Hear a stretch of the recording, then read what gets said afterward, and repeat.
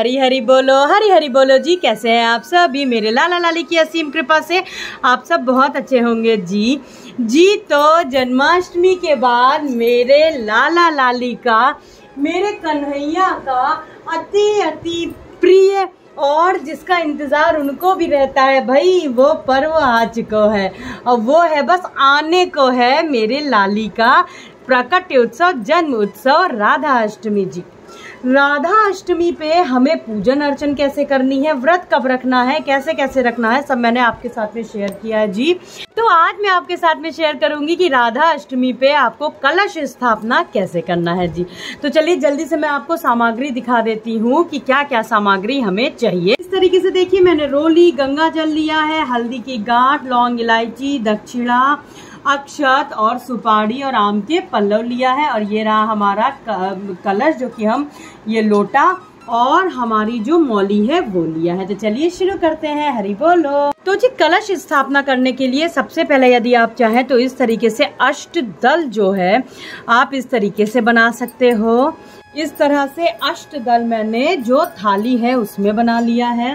ये एक प्लेट मैंने ऊपर रखने के लिए लिया है, मैं अभी आपको बताती हूँ। सर्वप्रथम हम कलश को अपने सुसज्जित अच्छे से सजा लेंगे। भाई मेरी लाडो का आपको सुंदर सा कलश सजाना है और मेरी लाडो को तो बहुत प्रिय है श्रृंगार और इस तरीके से साज सज्जा। तो सबसे पहले हमें क्या करना है कि कलश पे हमें स्वास्तिक वगैरह बना लेना है, मैं अभी दिखाती हूँ। प्रथम इस तरह से कलश पे हम स्वास्तिक बना लेंगे।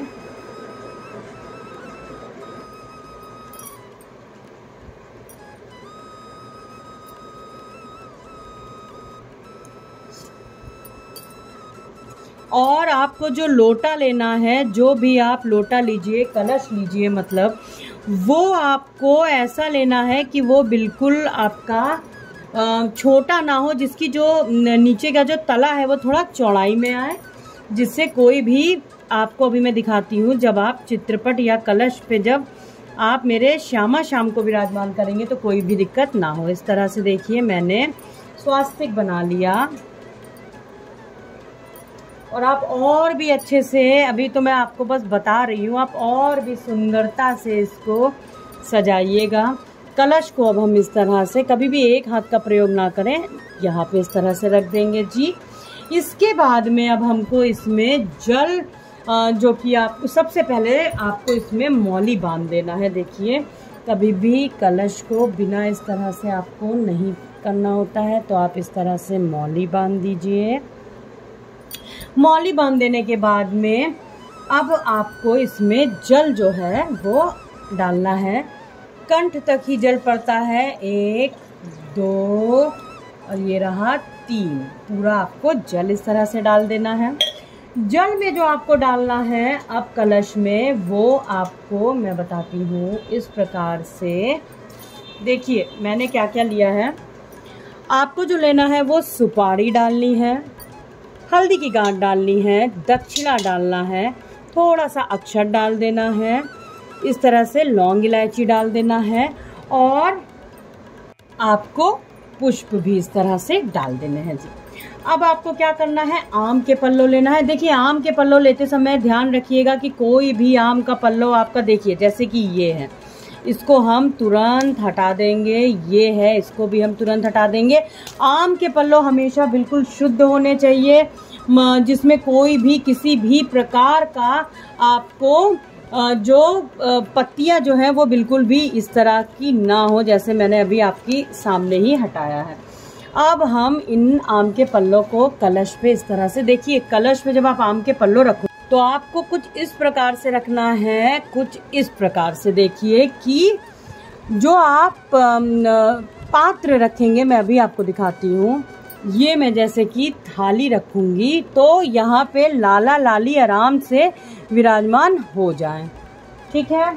तो इस तरह से अब मैं यहाँ पे थाली रख दूंगी। थाली पे मैं अष्टदल बना लूंगी। आप चाहे तो बड़ी थाली भी रख सकते हैं, जिस प्रकार की प्रतिमा आपको रखना है आपको वैसे ही जो कलश के ऊपर जो पात्र रखना है वो रखना है। आप अष्टदल बना लें।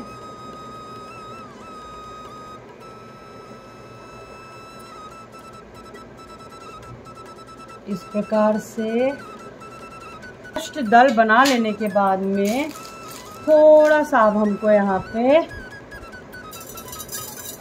देखिए पीले चावल ही डालिएगा, आपको सफ़ेद चावलों का इस्तेमाल नहीं करना है। अब इतना होने के बाद में हमको हमारे श्यामा श्याम को विराजमान करना है। और देखिए ये जो श्यामा श्याम है इनका अभी मैंने श्रृंगार जो है वो प्रॉपर नहीं किया। अच्छे से श्रृंगार करके यदि आपके पास युगल सरकार है तो आप युगल सरकार को विराजमान कर सकते हो। मैं आपको अभी इस तरह से और कन्हैया और लाडो को आपको इस तरह से देखिए विराजमान कर देना है। विराजमान कर देने के बाद में आपको अपनी जो पूजन है वो करना है। और एक चीज़ और, जल में मैंने गंगा जल भी मिलाया था, गंगा जल अवश्य मिला लें। और इस तरह से देखिए आपको श्यामा श्याम को विराजमान कर देना है। और आप चाहें तो देखिए यहाँ पर आप एक सोने की वस्तु ज़रूर रखें, कुछ भी सोने का अवश्य रखें। अगर नया है तो लाडो को आप पहना दीजिए, अगर आपके पास में कोई भी चीज़ नहीं है तो आप लाडो को पहना सकते हो। इस तरीके से आपको लाला को लाली को विराजमान करना है। सुंदर सा हार जरूर पहनाइएगा। आप हार पहनाइए या पुष्पों की माला पहनाइए, लेकिन आपको जो पुष्पों की माला पहनाना है ध्यान रहे कि वो आपको एक ही माला में दोनों श्यामा श्याम को मेरे इस तरीके से, तो इस तरीके से देखिए दीप आपका पहले ही प्रज्वलित हो चुका है। और मेरे लाला लाली का जो आपको कलश स्थापना करना है वो कुछ इस प्रकार से आपको कलश स्थापित करना है। अब देखिए मैंने जो है वो लाला लाली को इस तरीके से विराजमान किया है। आप चाहें तो इस तरह से अगर आपके पास में कोई लाला की लाली की इस तरीके की जो विग्रह है आप वो भी रख सकते हो। आपके पास में पीतल के हैं, चांदी के हैं छोटे, तो आप वो भी रख सकते हो।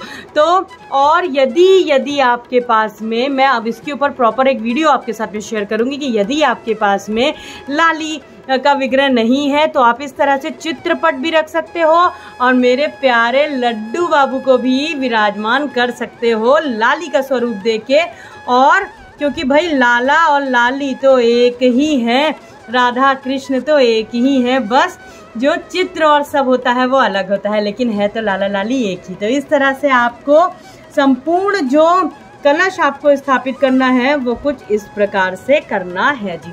और ध्यान रहे आप लाली की ही केवल आपको जो चित्रपट है या विग्रह नहीं, आपको लाला लाली दोनों का ही साथ में इस तरह से चित्रपट आपको जो है वो इस तरह से विराजमान करना है कलश पे।